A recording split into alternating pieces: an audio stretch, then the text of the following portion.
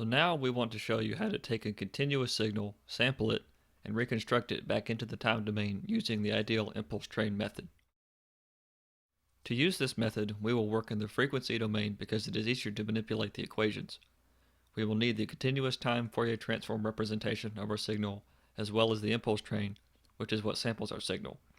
The Fourier transform of our impulse train, which we will denote xs of omega, is equal to f sub s, which is our sampling frequency, times the summation from negative infinity to positive infinity of x of omega minus 2 pi m f of s, where big X is the signal that you want to sample.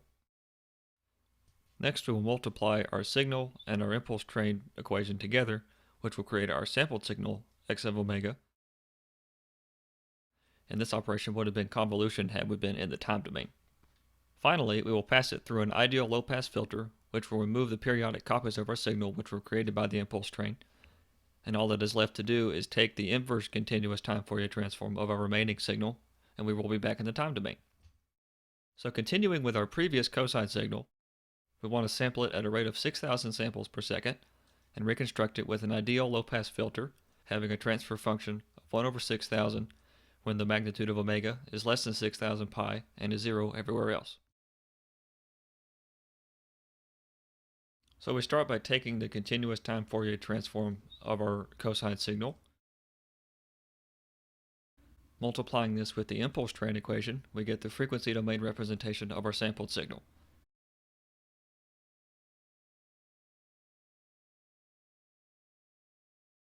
To reconstruct it, we will pass it through an ideal low-pass filter with cutoff frequency at 6,000 Hz.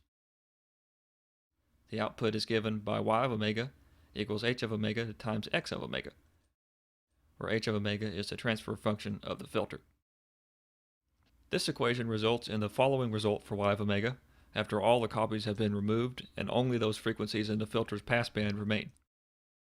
If we were to do this by hand, it would involve evaluating x of omega for a range of values of m, and then multiplying the filter transfer function and removing those parts with frequencies outside the passband of the filter.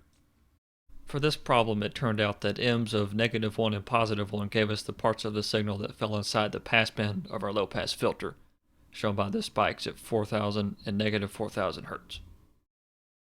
So now that we have y of omega, y of t is simply obtained by evaluating the inverse Fourier transform of y of omega.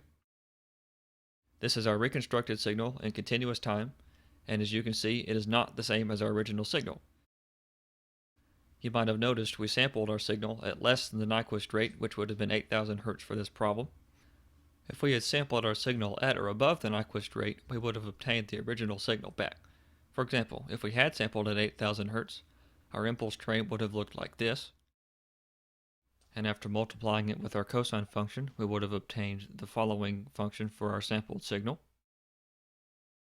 And again, to reconstruct the original signal, we pass it through a low-pass filter with transfer function that cuts off at 8,000 Hz this time.